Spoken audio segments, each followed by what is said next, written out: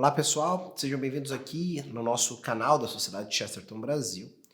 E eu hoje quero conversar com vocês, né, começando como que uma série, tá, de encontros onde eu quero apresentar alguns autores. Vocês já me viram falando aqui de uma série de autores e obras que de alguma forma dialogam com aquilo que a gente percebe que é o pensamento e a visão de Chesterton acerca de vários temas, né, sobretudo aqueles que são mais essenciais à vida humana, a filosofia, a religião, a política e assim por diante. Mas é interessante que talvez nós comecemos a perceber a amplitude do pensamento de Chesterton. E talvez conhecer alguns autores que a gente sabe, não só porque, não, esse pensamento é legal, tem a ver com Chesterton, ou esse outro autor, se tivesse conhecido Chesterton, seria excelente, porque eles teriam muito a discutir e a conversar. Não, pessoas que a gente realmente sabe que conheceram o autor e que a gente também conhece o poder, né, que o pensamento de Chesterton teve sobre elas. E eu falo sobre isso porque algumas pessoas, e eu reparo isso há algum tempo, enquanto eu trabalho aqui com o produto Chesterton, tá, na Sociedade Chesterton Brasil, e eu chamo assim porque vocês conhecem, nós temos aí todas as nossas campanhas, muitas campanhas, né, de produção, de diagramação, de revisão, por fim de publicação, né, das obras de Chesterton no cenário nacional. Várias dessas obras foram publicadas com o auxílio direto de vocês através de crowdfunding, outras vocês, né, nos apoiaram através da divulgação, do poder, né, de irem aos nossos conteúdos e mostrarem que estão interessados naquilo que a gente está produzindo. E eu já aproveito para pedir o seu like aí também para compartilhar esse vídeo com quem você sabe que gosta ou com quem você sabe que deveria gostar de Chesterton, do que a gente produz aqui, né, e não deixar também de inscrever-se no canal e aí marcar o sininho para ser notificado, certo? Então, através desse apoio, nós íamos trazendo à lume, né, muitas dessas obras, né, de Chesterton. E é uma encrenca minha já há algum tempo não ver Chesterton ser um nome comum na boca, né, das pessoas e dos intelectuais de maneira geral, tá? Ou seja, não acho que necessariamente Chesterton deve ser o cara mais citado do universo, certo? Mas me surpreende que ele tenha sido, né, respeitado, ou no mínimo uma voz relevante para vários grandes interlocutores, que hoje em dia ninguém discute a questão da relevância deles no mundo cultural, e isso vale para dois nomes que a maioria de vocês conhecem, que é H.G. Wells, certo? E Bernard Shaw, que até hoje tem obras celebrizadas, reeditadas, peças, né, reencenadas, e ninguém nega a importância desses caras. E esses caras não negavam a importância de Chesterton, tá? Então, e curiosamente, né, na posteridade, parece que Chesterton é um ilustre desconhecido para várias pessoas que deveriam conhecer muitas coisas relevantes. E Chesterton, eu penso que é uma dessas pessoas relevantes que deveriam ser conhecidas. É evidente que a gente sabe que o homem comum, que não tem o estudo, né, ou então o ensino como sua profissão mesmo, da onde tiram o seu sustento, aonde elaboram o melhor das suas energias, talvez esses homens realmente não tenham a obrigação de conhecer Chesterton, mas me parece que é no mínimo, né, uma lacuna não conhecer Chesterton e não conhecer com qualidade suficiente para discordar dele pelos motivos certos, né, e com conhecimento de causa, tá? E uma pessoa que tem um papel inegável na história da literatura de língua inglesa e mesmo num campo de literatura muito querido por muitas pessoas diferentes entre si, né, que é um tipo de gênero literário, né, querido por gente que às vezes lê muitas coisas diferentes, com uma capacidade de penetração, né, e crítica do que lê muito grande, outras pessoas que buscam na literatura, né, a diversão, né, e estão satisfeitas com isso, então leem histórias como as que eu vou citar, que é as de detetive, certo? E nisso também convido vocês que, né, conhecem aqui o nosso canal da Sociedade Chesterton Brasil, a conferirem o canal do Instituto de São Vítor, inclusive estou aqui com a camiseta do Instituto para chamar a atenção, né, de vocês também para essa filiação que nós temos aí. Né? A Sociedade Chesterton Brasil está debaixo desse grande guarda-chuva, né, do Instituto de São Vítor, e lá nós temos uma série de vídeos, né, falando sobre livros de detetive, produções de cultura pop, e dentro dessas, que são jornadas literárias, e dentro dessas produções de jornadas literárias nós temos, certo, uma análise de um grupo de escritores de história de detetive, onde um deles vai ser a Sayers, com as suas histórias do famoso, né, detetive aristocrata Peter Wilson, certo? E ela é uma contraparte do nosso autor, trazendo um cara de uma categoria insuspeitada, né, por uma atividade que talvez tenha gozado de algum charme ultimamente, né, ou nas décadas que são mais recentes, porque ser policial, ser detetive, né, principalmente na Londres, onde isso surge, é estar envolvido, sem dúvida nenhuma, com a autoridade, mas ao mesmo tempo com situações ao qual ninguém gostaria de se envolver. Assassinatos, roubos, latrocínios, dificuldades as mais diversas em ambientes onde um homem respeitável, né, da sociedade londinense, né, londrina, ele não ia com certeza querer estar nos ambientes onde essas coisas muitas vezes, né, aconteciam e eram objeto, né, dos detetives da recente, em algum grau, recente Scotland Yard. Tá? Depois existe a romantização do detetive, certo? E Chesterton se aportou de maneira muito clara, né, nesse tipo de narrativa para trazer à tona uma série de, primeiramente, entregar às pessoas uma peça de ficção que fosse, né, também objeto, especialmente objeto de divertimento. Tá? Chesterton é um homem com um coração muito no lugar. Então ele entendia que a literatura ela tem uma função, que é o deleitamento. Né? Que é, em algum grau, e esse deleitamento, claro, tem algumas características, e essas características, como nós sabemos, né, concorrem para uma melhoria da inteligência humana em várias situações. Né? Mas essas características estão coadunadas para oferecer, né, às pessoas uma experiência que ajude elas a saírem, né, de si, né, saírem de si, né, por estarem vendo outras realidades, saírem de si por estarem olhando e mesmo de alguma forma se sentindo entrosadas com vidas diferentes das delas e assim por diante. É um certo escape, mas um escape positivo, não um escape de escapar de negar a realidade onde se está, mas o escape de perceber que a realidade onde se está não restringe tudo que pode ser a minha vida ou tudo que a vida dos outros podem ser. Existem outras pessoas levando honestamente outras vidas, com outras opções e também com acontecimentos muito diversos, certo? Que deveriam ser matizados para que eu acabe fazendo, né, uma justa avaliação, muitas vezes de defeitos, de erros e assim por diante. Tá? Então a literatura ela traz essas possibilidades de compreensão e aumento da sabedoria em muito daqueles que se aproximam delas. Sobretudo, é claro, e especialmente quando são obras realmente boas, obras eivadas de qualidade. E Chesterton, então, né, respeitando tudo isso como a obra literária deveria ser, né, traz junto a isso as suas ideias, a sua cosmovisão, muitas vezes nos entregando a ela na descrição de situações ou então nos discursos de diversos personagens. Tá? E não deixa de ser o Lord Peter Wilson, em algum grau, também, né, um vislumbre que nós temos de algumas das ideias da Sayers. Claro que a gente não vai fazer a coisa um para um, mas é evidente que um autor acaba deixando algo de si nas obras que acaba produzindo. Sayers fala sobre, especialmente sobre um impacto singular que Chesterton teve sobre a inteligência dela, sendo que acredito que até mesmo seja o mais, né, a figura mais marcante dentro da trajetória de leituras e ideias com qual ela tenha tratado e que tenha então influenciado. Essa autora, né, ela nasce em Londres, tá? No final do século XIX, perdão, em Oxford, melhor dizendo, nasce no final do século XIX, certo? E é uma das primeiras mulheres a estudarem em Oxford. Né? Depois se especializando em línguas clássicas e assim por diante, sendo uma conhecedora profunda, né, da filosofia, do patrimônio ocidental e tudo mais. É evidente que nós temos diante de nós também uma mulher que está ligada, né, a uma literatura mais popular, como, por exemplo, a literatura, né, de histórias de detetive e assim por diante. Tá? Então nós temos, nesse primeiro momento, apresentando essa autora, uma conexão em diversos termos com Chesterton. Né? Ela não é muito mais jovem do que Chesterton, ela tem, né, mais ou menos 19 anos mais jovem do que Chesterton. Tá? Então se você hoje é um jovem, por exemplo, sei lá, de 21 anos, é a diferença que existiria entre você e eu. Tá? É mais ou menos essa. Então não é uma disparidade muito grande. Eu convivo com muita gente que tem 21 anos, dialogo, converso. Estou estudando ainda numa universidade, então tem muita gente bastante mais jovem do que eu. Tá? Então, se eles não está, ela poderia quase ser colocada ali numa mesma geração ou contemporânea ou próxima disso, certo? A proximidade de Chesterton é bastante significativa. Tá? Então, e nas suas obras, ela vai ter um olhar bastante especial, né, para as repercussões intelectuais do cristianismo e da vida cristã. Tá?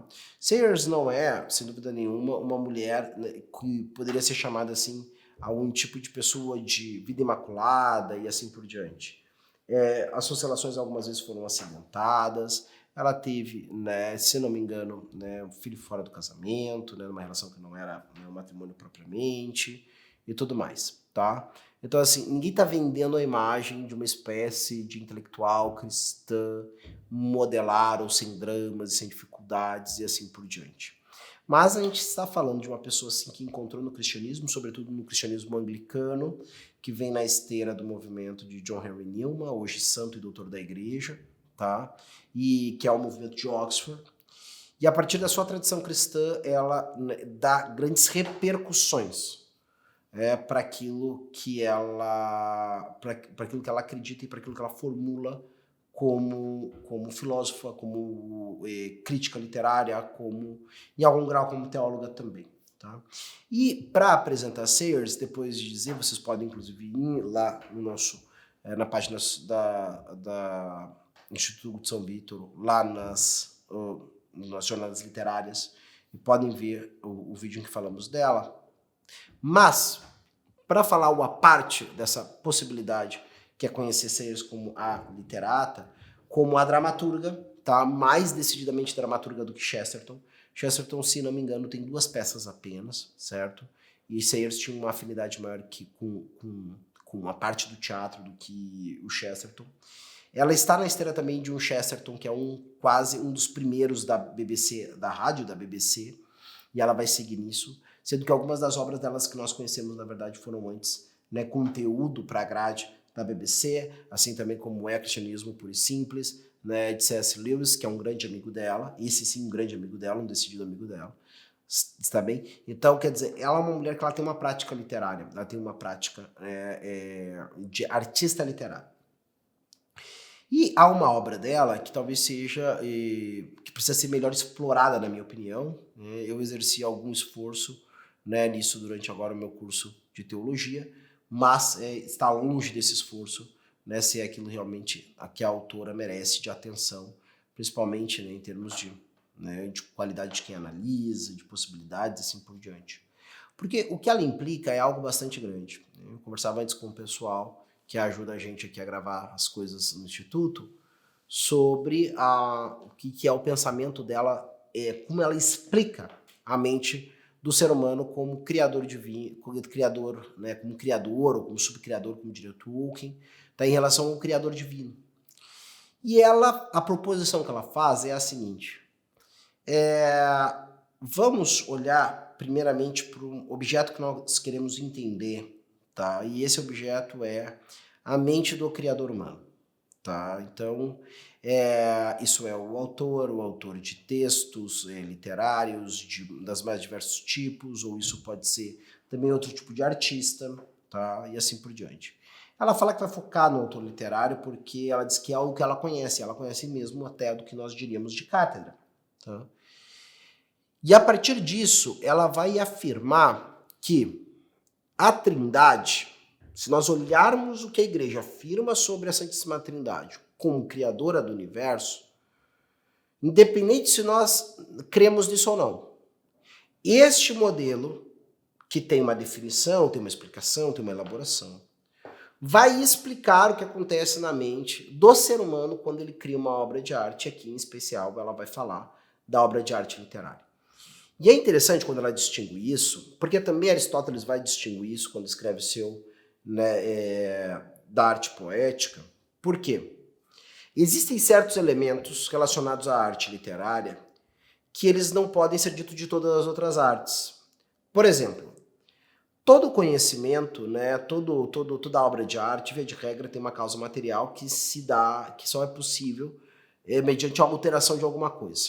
Então, de alguma forma, eu tenho que pegar alguma coisa de material, tirar do contexto originário, né, fazer uma certa elaboração e aí, então, eu vou conseguir ter a minha obra de arte. Vou conseguir escrever o meu quadro, vou conseguir esculpir a minha estátua na madeira, no granito, no mármore, onde é que seja, tá bem?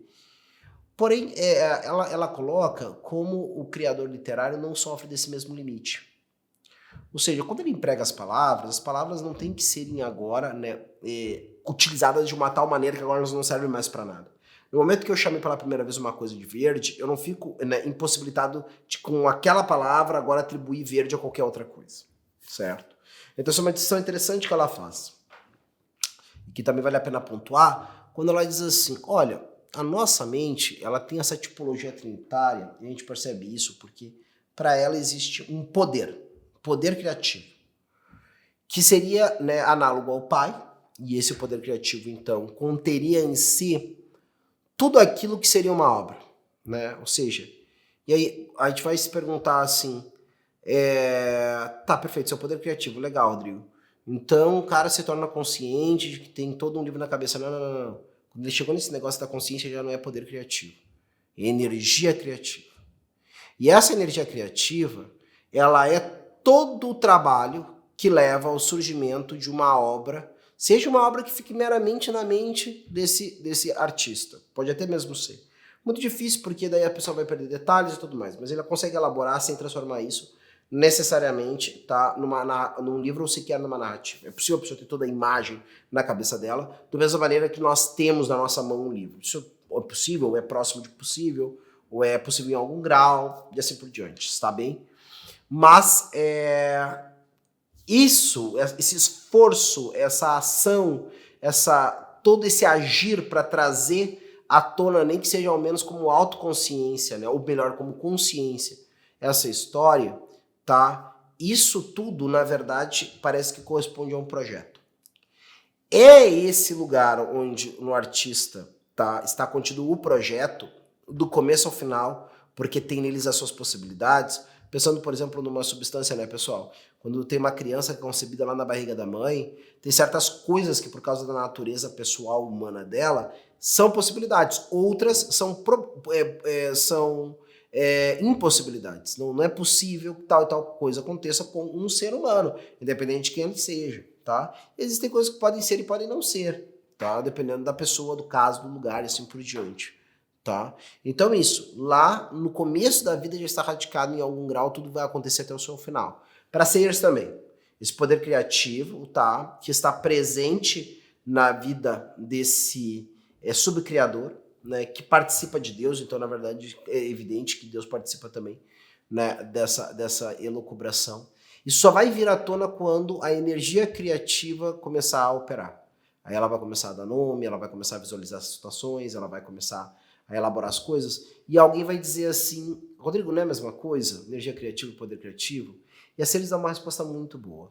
Ela diz o seguinte, sabe por que não?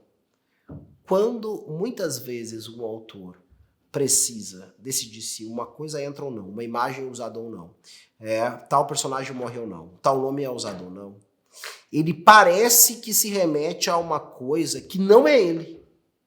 Não, por que isso aqui não vai entrar? Porque com um quadro que eu tenho dessa obra, ou com aquilo que parece que é o quadro completo dessa obra, por quê? Porque até agora várias coisas já se mostraram, várias coisas já aconteceram. Vários personagens já tiveram várias atitudes que tiveram consequências, se construiu um cenário, né? Se elaborou uma conjuntura. E essa elaboração dessa conjuntura, que se dá por essa energia criativa que vai escrevendo, vai pensando, vai anotando, vai imaginando, certo? Essa energia criativa, tá? Ela vai me mostrando que tem um porquê, um projeto, né? E cada vez vai ficando mais claro como é e qual a natureza desse projeto.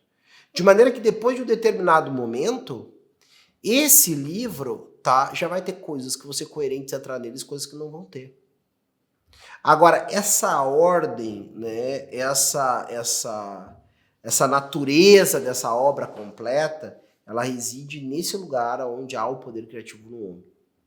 E a energia criativa, então, como um filho, né, que vem ao mundo fazer a vontade do pai, que dá a conhecer o pensamento do pai, que é íntimo ao pai, quem vê o pai vê ele, assim por diante. Então a energia criativa é isso. Ela vai, então, concretizando as coisas. E, por fim, haveria aquilo que ela chama, então, né, eu tenho, recordando, né, eu tenho o poder criativo, eu tenho energia criativa, certo? Perdão, a ideia criativa, certo? Lá no começo. Energia criativa e, por fim, agora sim, poder criativo. Tudo que eu falei até agora como poder criativo entenda ideia criativa, tá? A ideia criativa é isso que contém a totalidade da obra, começo e fim, que vai ser manifestado pela energia criativa.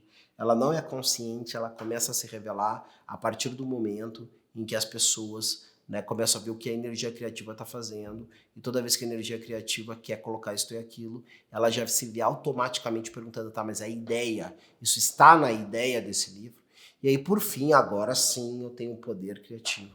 E esse poder criativo, então, é aquilo que é, vamos chamar assim, uma espécie de transcendência dessa obra. Mas essa transcendência dessa obra é no sentido de que, na cabeça do autor, mesmo que na cabeça do autor, mas muito provavelmente não é o caso, este livro sai desse autor e vai até as pessoas. E as pessoas agora têm esta dinâmica das pessoas tomarem a mão, verem a obra concluída, poderem lê-la e darem ao autor o retorno acerca do que a obra causaram neles, a percepção acerca da qualidade dela, a perplexidade diante dessa ou daquela opção, né, o louvor diante dessa e daquela opção, e assim por diante. Tudo isso é esse poder criativo, então, que vai gerando no sujeito, tá, um efeito. É a obra voltando ao seu autor.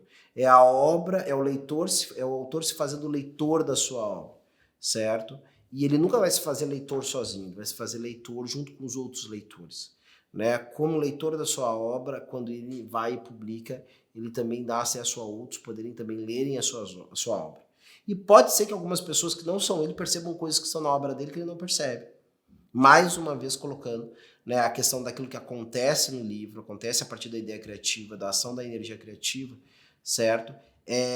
Esse poder, essa capacidade do livro, o impacto, o poder criativo é isso, esse impacto que o livro é capaz de causar nas vidas, nas conjunturas que ele toca e assim por diante. Então ele vai fechar o ciclo, e esse impacto não é só para os outros, esse impacto também é para o autor, talvez especialmente para o autor.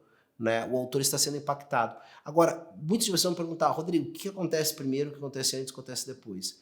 Lembre-se que a tipologia das Sayers, ela é trinitária, ela está fundamentada no dogma cristão acerca de Deus. Para a compreensão das coisas, a gente sempre diz, convém dizer que o Pai é a origem da Trindade. Mas nunca houve um tempo que Deus não fosse Trindade. Nunca foi um tempo onde Deus não fosse Pai, Filho e Espírito Santo. Assim também nunca houve um tempo em que só agia a ideia criativa e depois veio a energia criativa e depois o que passou a agir foi o poder criativo. Não. A ideia criativa estava lá, a energia criativa estava operando a partir da ideia criativa, o poder criativo já estava causando nesse autor, né, os efeitos dessa obra, certo? O mudando, o aprimorando, o aviltando, depende do que essa imaginação dessa pessoa está trabalhando, certo? Então isso se dá ao mesmo tempo.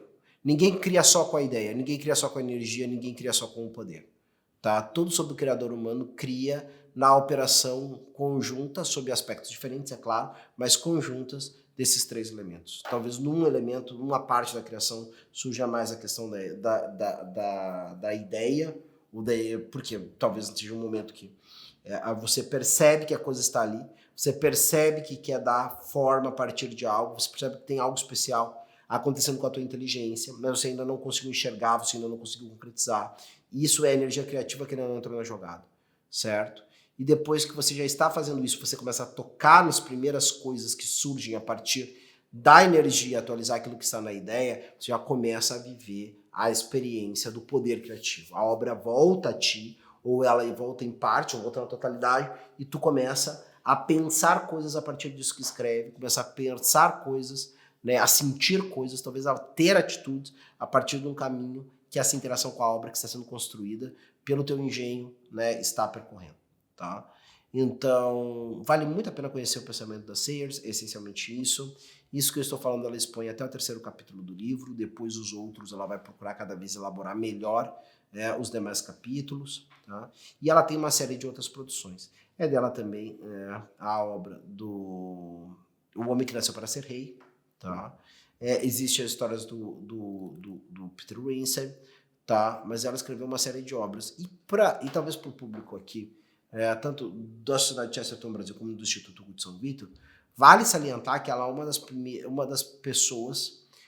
primeiras pessoas responsáveis, né, por falar na opinião pública acerca da necessidade da recuperação daquilo que, na opinião dela, nós perdemos, né, quando abandonamos o método das artes liberais para aderirmos a outras coisas.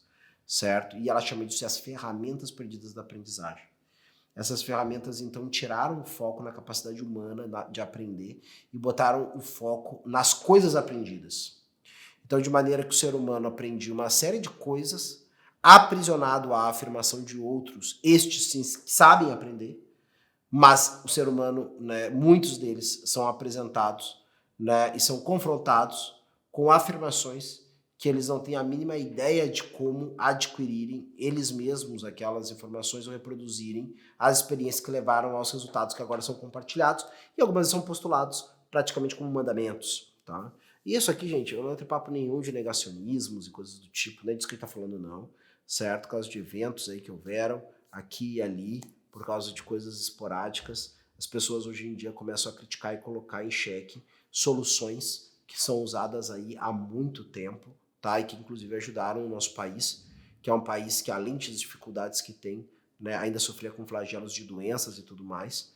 Então, né, uma série de medidas para erradicar doenças que, né, botavam muitas vezes as pessoas em situações difíceis o resto da vida, porque lá na primeira infância não foi prevenido, lá na primeira infância, certo? Então ninguém nem toca nisso. Isso é maravilhoso e a gente sabe que realmente é uma coisa que contribui muitíssimo, tá? É aquela coisa toda, todo mundo tem a sua marquinha aí, né, que recebeu lá no começo, quando era bebezinho, né, para se prevenir dessas doenças aí, todas que podem complicar muito a vida. Então, assim, quando a gente fala disso, tá, não é dessas coisas que a gente está falando, que isso é muito bem consolidado. O que a gente está tratando aqui é de outra coisa, tá? Quando a gente está falando aqui sobre a questão do foco no aprender, né, coisas que eu não sei como podem ser aprendidas, são coisas muito diferentes dessas que estão consolidadas e que todo mundo sabe que o resultado dá muito certo, porque tem dado certo há muito tempo. Ela está falando, na verdade, sobretudo, tá? Que esse tipo de prisão intelectual acaba sendo um instrumento muito oportuno para todos os tipos, né, de manipulação, problemas, né, e mesmo crises existenciais, né, que as pessoas caem hoje em dia, porque as pessoas não conseguem encontrar o sentido da sua vida. As pessoas não conseguem encontrar o porquê da sua existência. E as pessoas não conseguem ter segurança nas vidas que levam porque não sabem como, né, procurarem os fundamentos dessas vidas. E aí, então, a mudança desse paradigma teria levado a uma série de consequências, né? Então, ela faz esse chamado nesse livro, né, As Ferramentas Perdidas da Aprendizagem, a nós retornarmos, a esse espírito de que, primeiramente, temos que aprender a aprender. As matérias são a madeira que a gente joga nessa fogueira, né, do aprendizado, certo? Depois disso, agora, quais são mais prioritárias ou menos, isso aí as conjunturas vão acabar nos mostrando. Agora, o que o ser humano não pode abrir mão nunca é de saber como aprender aquelas coisas, né, que ele deseja, porque assim ele pode adquirir a verdade, certo? Ou pelo menos elementos dela, dependendo do assunto, tá? Que são decisivos para tomar verdadeiras resoluções livres. Alguém que decide sobre algo que é falso, ou alguém que decide sobre algo, né, que não consegue ter uma mínima compreensão de como se chega àquela verdade, né, via de regra é alguém que está à mercê de pessoas que essas sim sabem, certo? Ou pelo menos tem muito claro o porquê e o que é o objetivo. E enquanto propõem, né, decisões para este ou aquele que não sabe, no final das contas você vai estar decidindo, né, simplesmente com a vontade de um outro, né, que vai de alguma forma preencher, né, aquela clareza que você deveria ter, né, com a determinação de que aconteça tudo como essa pessoa deseja, tá bem? Eu vou ficando por aqui, recomendo, né, não só a leitura de Sayers, mas claro, a leitura de Chesterton, tá? E não perca aí os próximos episódios, vamos apresentar outros autores que têm uma relação com o nosso autor, certo? E que podem não só enriquecer a leitura de Chesterton, mas enriquecer a nossa visão de mundo por eles mesmos. Até lá, tchau!